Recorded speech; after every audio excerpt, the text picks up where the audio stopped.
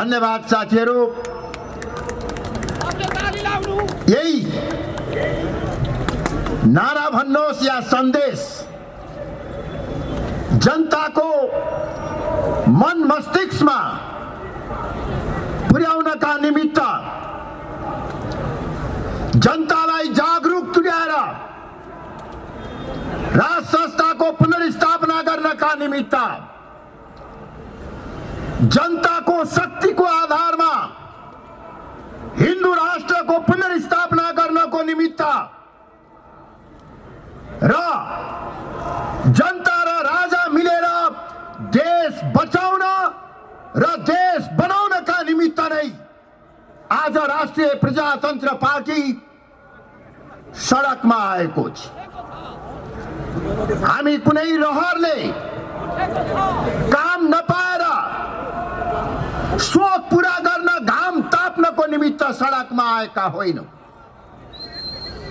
आदरणीय दाजुभाइ तथा दिदीबहिनीहरू, हाम्रो देश, हाम्रो मातृभूमि नेपाल इतिहासकै सर्वाधिक कठिन र संकटपूर्ण घडीबाट गुज्रिराखेको छ। आम नेपाली दाजुभाइ तथा दिदीबहिनीहरूलाई साथी राखेर सबै राजनैतिक दलका नेताहरूलाई विनम्रतापूर्वक आग्रह गर्न चाहन्छु, यो संकटको घडीमा हामीले जिम्मेवारीपूर्ण ढंगबाट काम गर्न सकेनौं भने मुलुकको राष्ट्रिय स्वाभिमान, राष्ट्रिय एकता र राष्ट्रिय अखण्डता संकटमा पर्न सक्दछ। यदि हामीले जिम्मेवारीपूर्वक काम गर्न सकेनौं भने म प्रधानमन्त्री केपी ओली, नेपाली कांग्रेसका सभापति शेरबहादुर देउवा,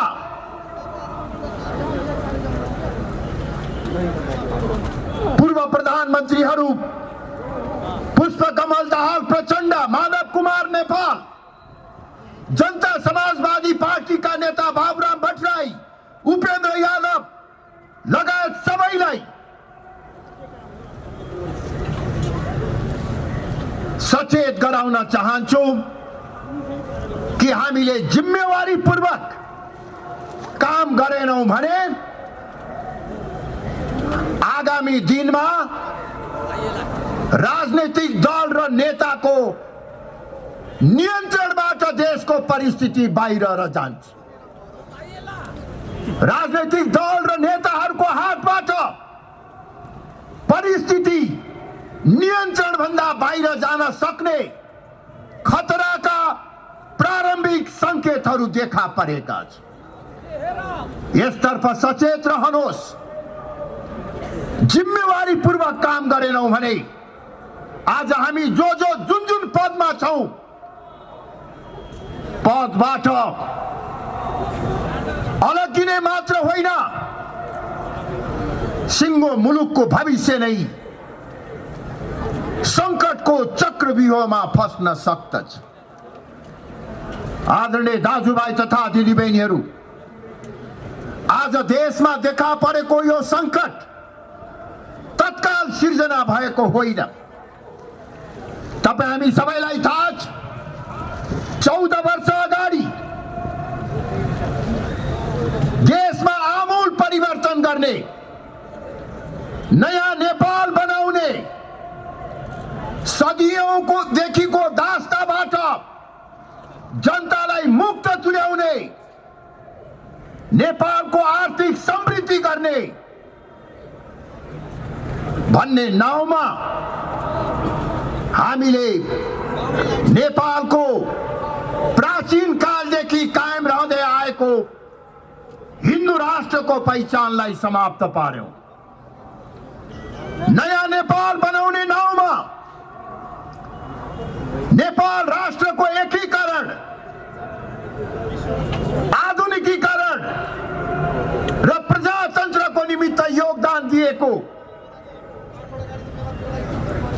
राष्ट्रियता र एकताको प्रतीकको रूपमा रहेको राज संस्थालाई पाखा लगाउने काम गरियो। संघीयताको नाउँमा जातीय आधारमा नेपालीहरूलाई विभाजन गर्ने काम गरियो। चित्त नबुझे पनि नेपाली जनताले साथ दिए। हजारौं को संख्या जनता सडकमा उत्रेर आन्दोलनमा सहभागी भए, किनभने नयाँ नेपाल निर्माण हुन्छ, देशको विकास र समृद्धि हुन्छ भनेर जनताले राजनैतिक दल र नेताहरूको आह्वानलाई साथ दिए। तर आज 14 वर्षपछि हामी कहाँ आइपुगेका छौँ? कहाँ जान भनेर हिँडेका थियौं र आज कहाँ आइपुगेका छौँ? म यहाँ उपस्थित हुनुभएका आदरणीय दाजुभाइ तथा दिदीबहिनीहरू, टेलिभिजनबाट प्रत्यक्ष हेरिराख्नुभएका आदरणीय दाजुभाइ तथा दिदीबहिनीहरू मार्फत सम्पूर्ण 3 करोड नेपालीहरूलाई आग्रह गर्न चाहन्छु, कांग्रेस भएर होइन, कम्युनिस्ट भएर होइन, राप्रपा भएर पनि होइन, यो सबैभन्दा माथि हामी नेपाली हौं। त्यसकारण यदि तपाई हाम्रो मुटुमा अझ पनि नेपाल मातृभूमि धड्किराखेको छ भने आफ्नो छातीमा हात राखेर सोध्नुहोस्, 14 वर्ष अगाडि हामी कहाँ जान भनेर हिँडेका थियौं, हामीलाई कहाँ लाने भनेर हिँडाइएको थियो र आज हामी कहाँ आइपुगेका छौं? लोकतन्त्रको आवरणमा देशमा लुटतन्त्र कायम रहेको छ। चाहे त्यो वाइट बडी हवाईजहाज काण्ड होस्, चाहे त्यो 33 क्विन्टल सुन तस्करीको काण्ड होस्, कर छलीका काण्डहरू हुन्, ललिता निवास जग्गा खरिद काण्ड होस्, यस्ता धेरै काण्डहरू छ। कोरोनाकै बीचमा ओम्नी समूहसँग मिलेर देशलाई ब्रह्मलुट गर्ने काम गरियो। लोकतन्त्रको आवरणमा लुटतन्त्र कायम गरिएको, यही हो परिवर्तन। धर्मनिरपेक्षताको आडमा संगठित र योजनाबद्ध रूपमा लोभ लालच प्रलोभन देखाएर हाम्रो सनातन धर्ममाथि आक्रमण गर्ने काम भइराखेको छ। आदरणीय दाजुभाइ तथा दिदीबहिनीहरू, यो 10-12 वर्षको बीचमा 10औं लाख धर्म परिवर्तन गराइएको छ।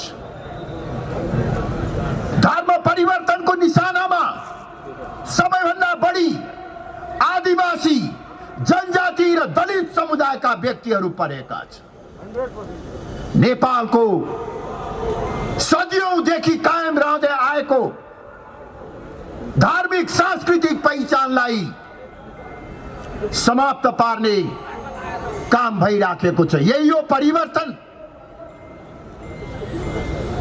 राज संस्थालाई पाखा लगाइयो, देश अभिभावक विहीन भयो, विदेशीको चलखेल तीव्र रूपले बढेर गएको छ।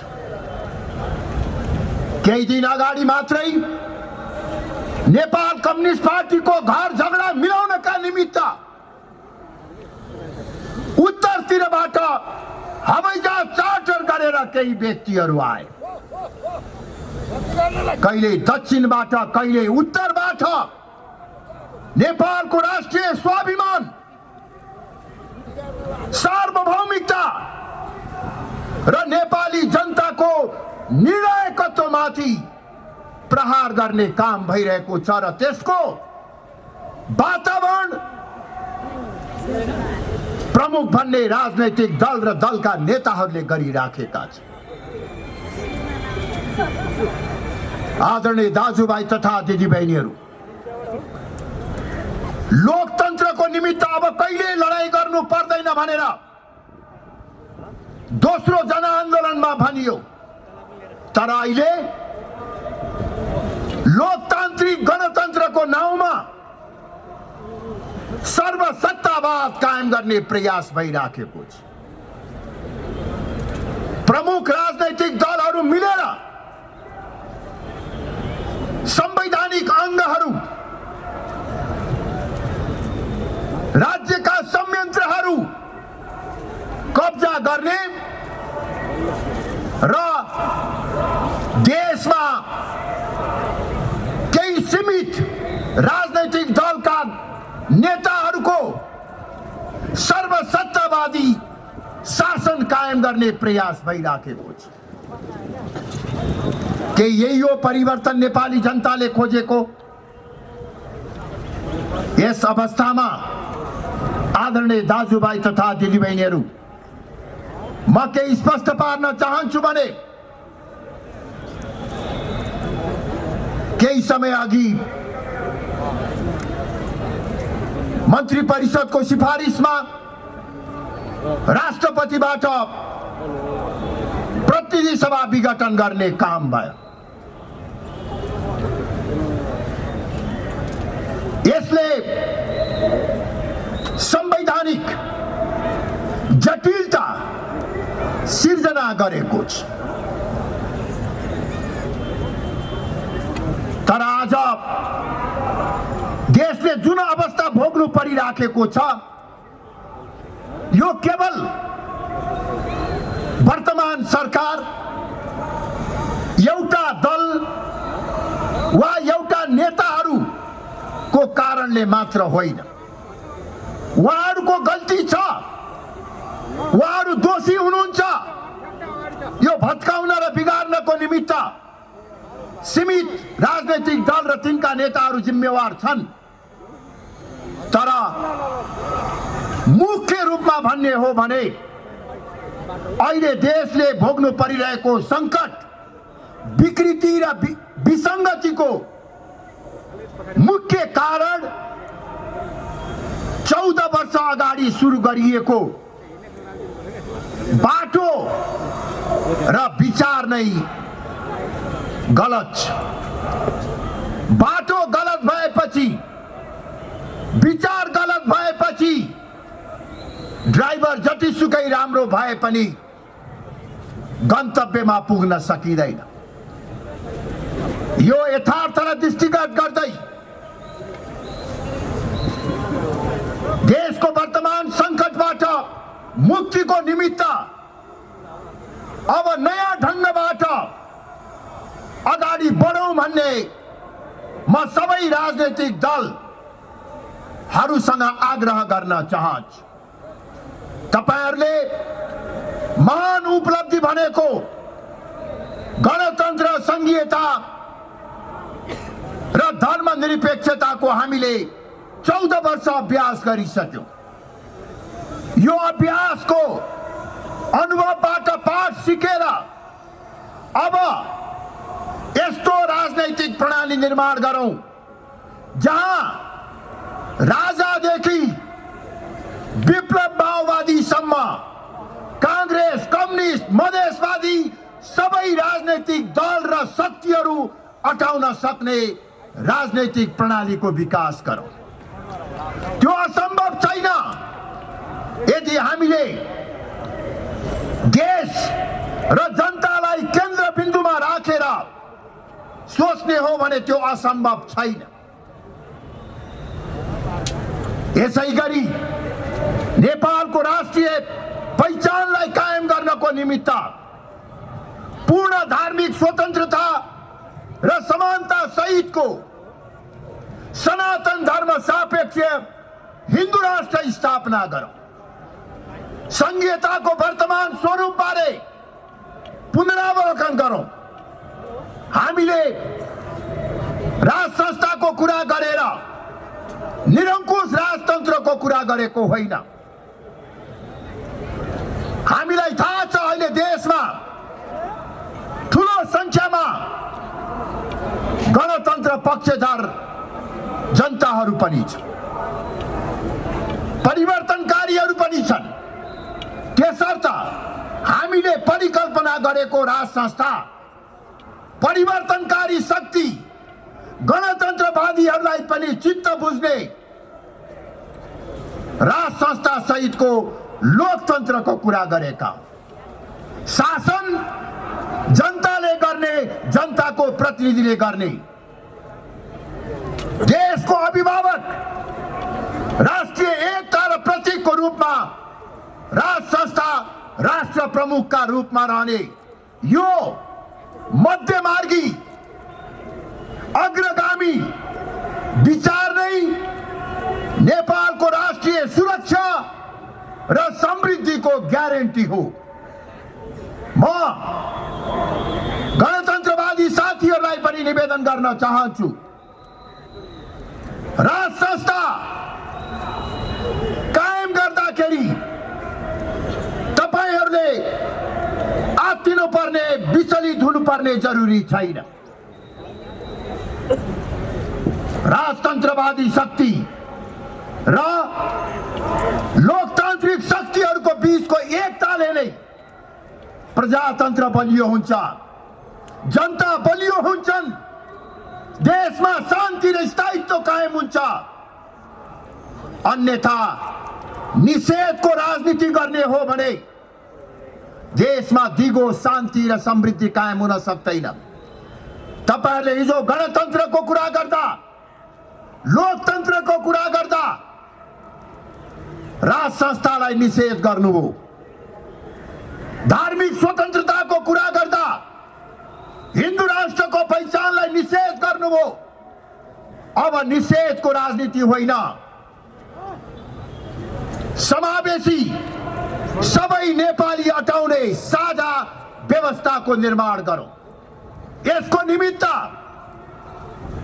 हामीले केही दिन अगाडि 77 जिल्ला प्रशासन कार्यालय मार्फत सरकार प्रमुख प्रधानमन्त्री लाई ज्ञापन पत्र दिएका छौं।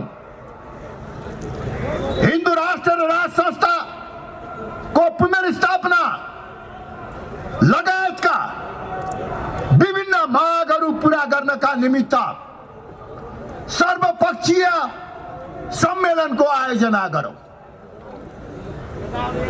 जुन सर्वपक्षीय सम्मेलनमा राजाका प्रतिनिधि लगायत विप्लव माओवादीका प्रतिनिधिहरू र अहिले राष्ट्रिय राजनीतिमा क्रियाशील सबै राजनीतिक दल, नागरिक समाज र बुद्धिजीवी वर्गहरूको प्रतिनिधित्व हुनेछ र त्यो सर्वपक्षीय सम्मेलनबाटै हामीले नेपाली संस्करणको मौलिक प्रजातन्त्रको स्थापना गर्न सक्दछ।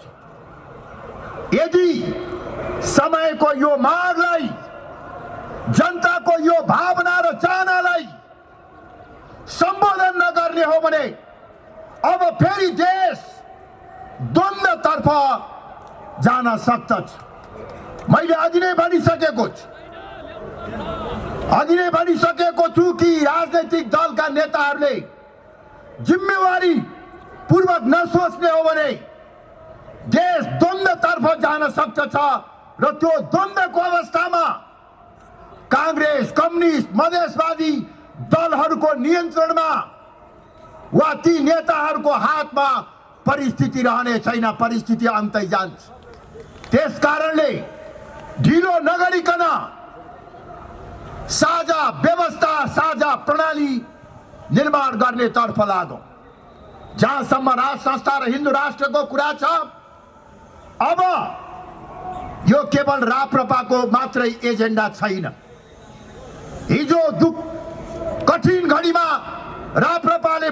हिँडे होला, तर अब यो आम नेपाली जनताको एजेन्डा बनिसकेको छ। कसैले चाहेर पनि नचाहेर पनि अहिले हिन्दू राष्ट्र र राष्ट्र संस्थाको विषयमा प्रत्येक नेपालीको घर घरमा चर्चा हुन थालेको छ, बहस हुन थालेको छ। आदरणीय दाजुभाइ तथा दिदीबहिनीहरू, त्यसर्थ यदि हिन्दू राष्ट्र र राष्ट्र संस्थालाई पुनर्स्थापित गर्ने, संघीयतालाई पुनरावलोकन गर्ने साहसिक काम को थालनी नगर्ने हो भने जनताले सडकबाटै आफ्ना मान्यताहरूलाई स्थापित गर्नुपर्ने परिस्थिति निर्माण हुन्छ र राप्रपा त्यसको निमित्त पनि तयार भएर आएको कुरा म सम्बन्धित सबैलाई जानकारी गराउन चाहन्छु। हामी यो देश बचाउनका निमित्त, यो देश बनाउनका निमित्त, प्रजातन्त्रलाई बलियो बनाउनका निमित्त, राष्ट्रियतालाई बलियो बनाउनका निमित्त, नेपाली जनताको आर्थिक समृद्धिका निमित्त आवश्यक पर्यो भने मर्न मार्नको निमित्त पनि तयार भएर अब सडकमा आएका छौँ। हामीले टाउकोमा कफन बाँधेर आएका छौँ। त्यस कारणले गर्दाखेरि यसलाई चेतावनी होइन, यो समयको मागका रूपमा बुझ्नका निमित्त सिंहदरबारका शासकहरू र शीतल निवासका शासकहरूलाई म सार्वजनिक रूपमा आह्वान गर्न चाहन्छु। आदरणीय दाजुभाइ तथा दिदीबहिनीहरू, यति भन्दै अब तपाईहरूको माझबाट म बिदा हुन चाहन्छु। आज यो भव्य र उत्साहपूर्ण उपस्थितिका निमित्त तपाईहरू सबैमा म हार्दिक कृतज्ञता व्यक्त गर्न चाहन्छु। आजको यो सभामा हिन्दू बुद्धिस्टहरू मात्र होइन, नेपालमा शान्ति र स्थायित्व चाहने धेरै ठुलो संख्यामा मुस्लिम, क्रिस्चियन धर्मावलम्बी दाजुभाइ तथा दिदीबहिनीहरू पनि आउनु भएको छ। यो कुनै एउटा धर्मको, जातिको, नस्लको विषय होइन, यो राष्ट्रको पहिचानको रक्षा, राष्ट्रको रक्षाको कुरा हो। जब देश सङ्कटमा पर्दछ, जब धर्म सङ्कटमा पर्दछ, जब पहिचान सङ्कटमा पर्दछ, त्यो बेला पार्टी भन्दा माथि उठेर देश, जनता, प्रजातन्त्र र आफ्नो पहिचानको निमित्त, रक्षाका निमित्त लाग्नु पर्दछ, लाग्नको निमित्त तयार छौं भन्ने अभिव्यक्ति आजको यो जनप्रदर्शनले दिएको छ। सम्पूर्ण साथीहरू जसले यो प्रदर्शन आयोजनाको निमित्त रात दिन नबनिकन पूर्व मन्त्री बुद्धिमान तामाङको नेतृत्वमा काम गर्नुभयो, तपाईहरू सबलाई धेरै धेरै धन्यवाद दिँदै म बिदा हुन चाहन्छु। धन्यवाद। जय राष्ट्र, जय जनता।